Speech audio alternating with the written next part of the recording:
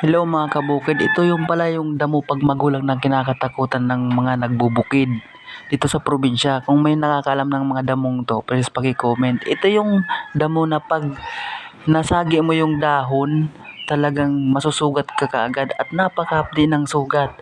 Ngayon hinahawakan ko to kasi hindi pa magulang. Pag magulang na to, sobrang talim nito, pati puno nito matalim.